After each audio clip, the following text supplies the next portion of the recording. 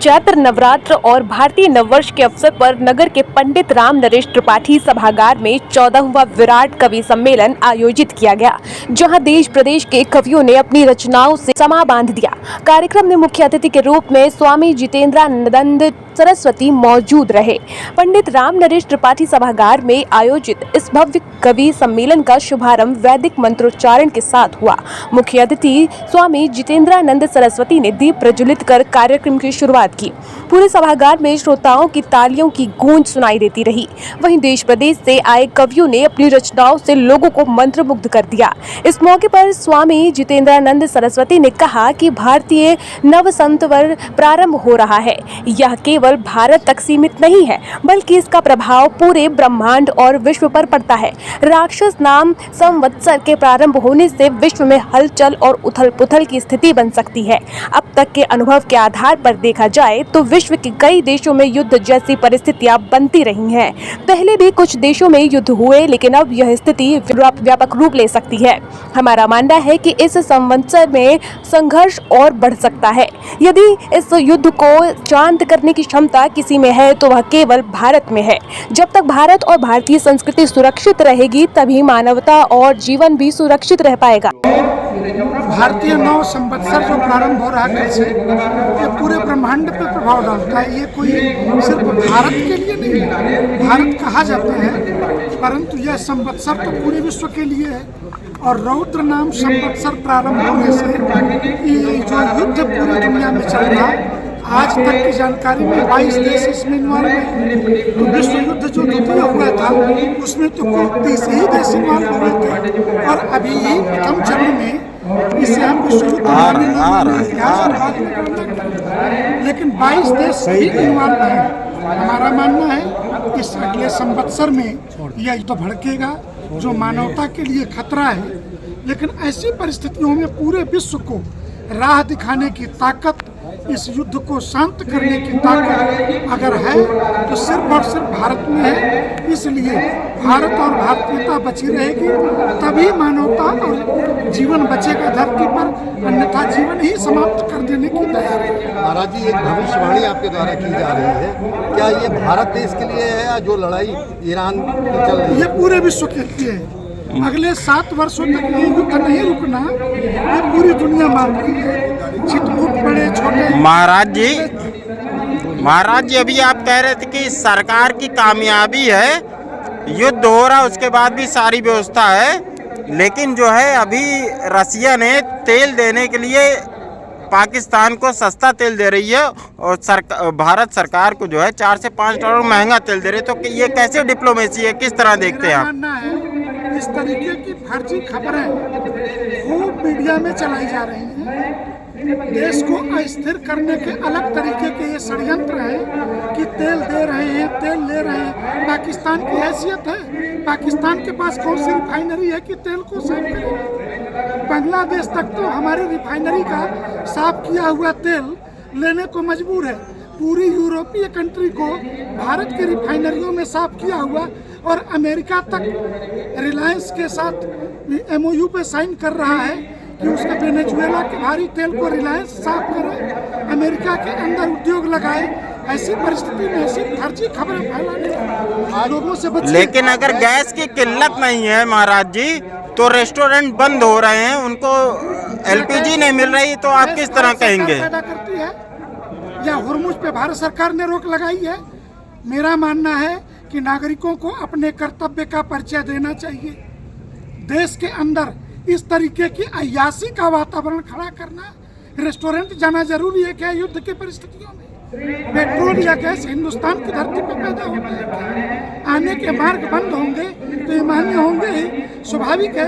एक धर्माचार्य के नाते मैं इतना ही कहूँगा कि देश के जिम्मेदार नागरिकों को जिम्मेदारी का परिचय देना चाहिए। ये राजनीति का वक्त नहीं है, लेकिन ये भी देखने में आया है कि उत्तर प्रदेश के अंदर विपक्ष के नेताओं के घरों से 800 सिलेंडर, 100-200 सिलेंडर बरामद किए गए। तो ये वक्त ऐसी परिस्थितियों का नहीं है कि हम आपदा में अवसर ढूंढें, कालाबाजारी करें, चोरी करें। ये किसी अच्छे नागरिक की पहचान अभी नहीं है। आगामी भारत को विश्व गुरु बनाने के लिए संत समाज किस प्रकार की अपनी भूमिका समझता है? संत समाज नागरिक को उसके कर्तव्यों को राष्ट्रीय स्वयंसेवक संघ के शताब्दी वर्ष के पंच प्राण के तत्वों में एक नागरिक कर्तव्य पूरा सब्जेक्ट है। पर्यावरण के प्रति हमारी जिम्मेदारी, और हम घर घर जा रहे हैं इस बात को लेकर के कि भारत के नागरिक का कर्तव्य क्या है। जो लोग भारत का नागरिक अपने को मानते हैं वो कर्तव्य निभा रहे हैं, और जो अपने को इस देश का नागरिक नहीं मानते वो सिलेंडर चोरी से लेकर के कल को दवा की भी किल्लत पैदा करेंगे, कल को अन्य चीज़ों की भी किल्लत पैदा करेंगे। युद्ध की परिस्थितियों में जब दुनिया में विमान नहीं उड़ रहे होंगे, आवागमन के मार्ग बंद होंगे, ऐसी परिस्थितियों में अफवाह तंत्र के भी वो काम करेंगे। आज का भी सम्मेलन का हिस्सा बने हैं, आप क्या कहेंगे सुल्तानपुर जनपद में? मैं इतना ही कहूँगा, सुल्तानपुर, मैं अयोध्या के पवित्र धाम से की धरती को में ही सुल्तानपुर को मानता हूँ। ये बहुत पवित्र भूमि है, ऋषियों की भूमि है, तपस्वियों की भूमि है, और यहाँ कवि जो आए हैं ये माँ सरस्वती के वरदान। महाराज जी, आप भी एक संत हैं और अभी स्वामी अभिमुक्तानंद पे लगातार आरोप लग रहे हैं। वो कह रहे हैं कि प्रदेश सरकार जबरदस्ती हमारे ऊपर FIR करा रही है। किस तरह आप देखते हैं? पहली बात, ये वर्तमान का विषय नहीं है, वो कोर्ट में जा चुके हैं, अंडर कोर्ट ट्रायल का मामला है। क्या आप लोग उन्हें संत शंकराचार्य मानते हैं कि नहीं? योगी के कार्यकाल के 9 वर्ष उत्तर प्रदेश के इतिहास का स्वर्णिम वर्ष है, और उत्तर प्रदेश के अंदर भय मुक्त समाज की जो गाथा योगी आदित्यनाथ जी ने रची है, ये काबिले तारीफ है। और उत्तर प्रदेश ही नहीं, पूरे देश के अंदर अलग अलग राज्यों में लोग ये कहने लगे हमें भी योगी जैसा ही CM चाहिए। तो ये मैं उनकी बेहतरीन सफलता। दरोगा भर्ती परीक्षा में एक महाराज जी सुल्तानपुर का नाम बदलने की काफी दिनों से मांग चल रही है, कुशभवनपुर करने की। क्या मानते हैं कि उसकी शुरुआत आज से होगी? कुशभवनपुर करने की मांग कोई नई नहीं है जी। मेरा मानना है कि स्टेट गवर्नमेंट सेंट्रल गवर्नमेंट को कंसीडर करना चाहिए, और अपने ऐतिहासिक तथ्यों से, अपने ऐतिहासिक भूमिकाओं से प्रत्येक नगरों को सीधे अपने पूर्वजों से जुड़ा रहना चाहिए। हम यही मानते हैं। महाराज जी, आपने 7 साल युद्ध के ऐलान किया है अभी मन से, क्या ये मैंने ऐलान नहीं किया है, न मैं डोनाल्ड ट्रंप हूँ और न मैं आयतुल्ला खुमैनी हूँ। आपने एक भविष्यवाणी की है युद्ध को लेकर के। जिन लोगों ने यह माना था कि रसिया यूक्रेन का युद्ध 1 हफ्ते में खत्म हो जाएगा, आज 4 साल में खत्म नहीं हो पाया। 22 लाख लाशें गिर चुकी हैं। इसलिए जिनको ये भ्रम था कि अमेरिका जो है 15 दिन में ईरान को घुटनों पे ला देगा, उनको देखना चाहिए कि युद्ध की परिस्थितियां किस तरह बढ़ रही हैं। ईरान का सपोर्ट करने वालों को क्या कहना चाहेंगे महाराज जी? जो ईरान लगाइए जो भारत में रह के ईरान का सपोर्ट कर रहे हैं, उन्हें क्या कहेंगे आप? मैं इतना ही कहूँगा, हम जिस देश की मिट्टी में जन्मे हैं, जिस भूमि पर जन्मे हैं, उस भूमि का जहाँ खा रहे हैं वहाँ का गाय। अगर जिनको ऐसे लोगों से प्यार है, ये मेरा वाक्य नहीं है, अभी अरब देशों के एक शासक ने कहा है कि जिनको ईरान से लगाव हो ईरान चले जाए। वो इस्लामिक देश के राष्ट्राध्यक्ष हैं, उसने ऐसा बयान दिया है। तो इस मिट्टी में आप रहते हो और इस मिट्टी के लिए नहीं जीना चाहते हैं, तो आप क्यों रहना चाहते हैं, ये मैं नहीं समझ पाता। सबसे पहले हम नव संवत्सर की अपने समस्त नगरवासी, जनपदवासी, देशवासियों को हार्दिक बधाई, शुभकामना देते हैं।